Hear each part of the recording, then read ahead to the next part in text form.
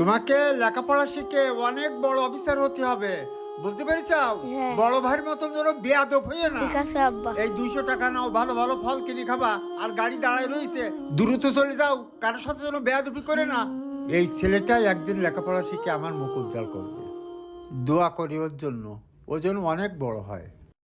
আর তুই এখানে বসে আছিস কেন? তোর মাদ্রাসার সময় হয়নি, মাদ্রাসায় যাবি না? আব্বা আমার তো জুতো ছিঁড়ে গেছে, কি পাই দিয়ে মাদ্রাসায় যাবো? জুতো ছিঁড়ে গেছে মানে?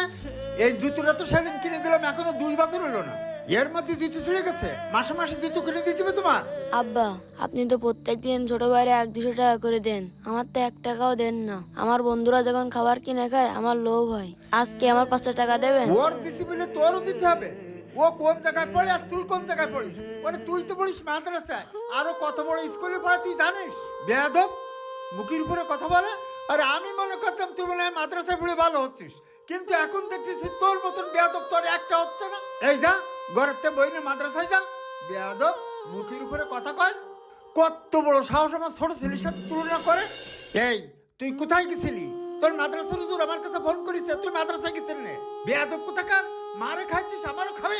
জুতা কিনে দিন বলে তুমি মাদ্রাসায় গেছাও না? বেয়াদব কোথাকার। আর কোনোদিন তোর আমার সামনে আসবি না, বেরো এখান থেকে বেরো। আর কোনোদিন তোর এই বাড়ির আশেপাশে তোর ঘুরতে দেখিনি।